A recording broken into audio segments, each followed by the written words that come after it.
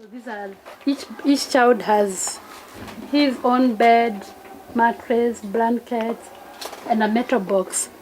And when we were bringing them here, like, it was the responsibility of Missions of Hope to get the beds, the mattresses, and the blankets. But it was also the responsibility of the parents or guardians to get a metal box and the bed sheets. So what's in the metal box? Their personal belongings like soap, toothpaste, toothbrush, their clothes, and things like that. And they have to provide that themselves, and you provide everything else. Exactly. Yeah. About how much did that box cost a family? David, how much was one box? About 500. What about the things inside? Costed at about 2,000. 2,000 per child. Shillings. Total Yeah.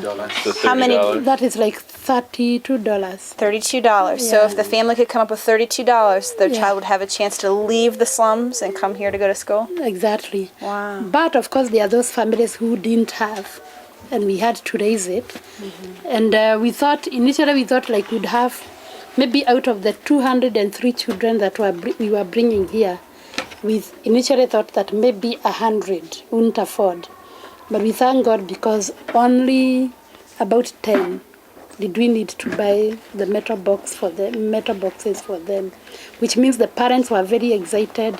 They were willing to work extra hard just to see that their children come to the boarding school. Aww. And actually the list that they were using to buy the things for the personal belongings for each child, they are the ones who came up with that list. And they were challenging one another. I think we should buy this. I think we should be the ones to buy this. The school is doing a lot. Let's buy this. And it was very exciting. You know, they did that in a parents' meeting, and they all agreed.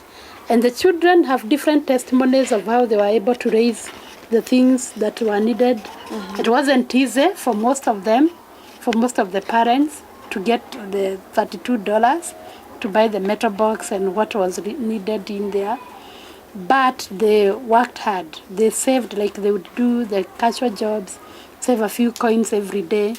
Some did what we call, like had to get some home banks. You know what a home bank is? Piggy bank. A piggy bank. You call them piggy banks? Yeah. Yeah, they had to get something like that, and they would save a few coins every day. And when it was now time to buy the things and the box, it's when they opened those banks and were able to get their money, and it was exciting. So different children had different testimonies. Others were like, oh, my sister called all her friends and everybody who is related to us, and each one contributed. Some contributed 5 shillings, others 10 shillings, others 20 shillings, until there was enough money for my things to be bought.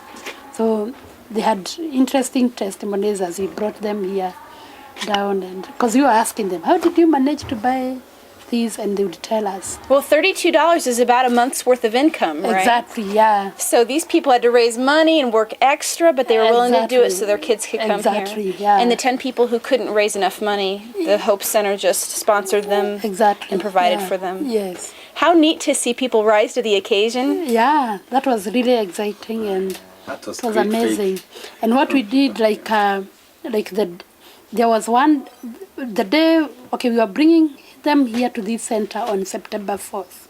So on September 3rd, everybody had to come with their metal box and the parent or guardian. And our social workers and teachers went through the boxes just to be sure that these children have what they need. Because we didn't want any child coming here and getting stranded. Right. And as the things were being checked, we piled up the boxes in our library for the night, and then the following day, we had hired some buses, and we put all the children and their boxes were put on the carriers on top of the buses, and on top of the Keith Pajero, and everyone's car was carrying something.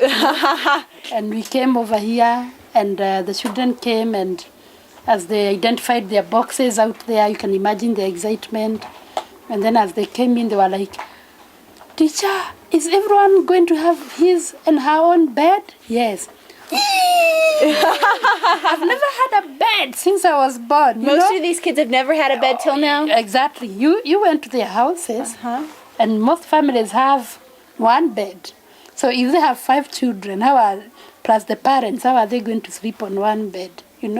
So most of them, either they have slept on the floor with mattresses or just on the floor with their changing clothes. And others have slept, maybe if they are lucky enough to have a couch in their room, that's what they have slept on. So to have a bed and by themselves, This is like paradise to them, yeah? Exactly. Wow. And of course a bed, a mattress, and blankets, and bed sheets, So it was a miracle for them, and it was very, very exciting.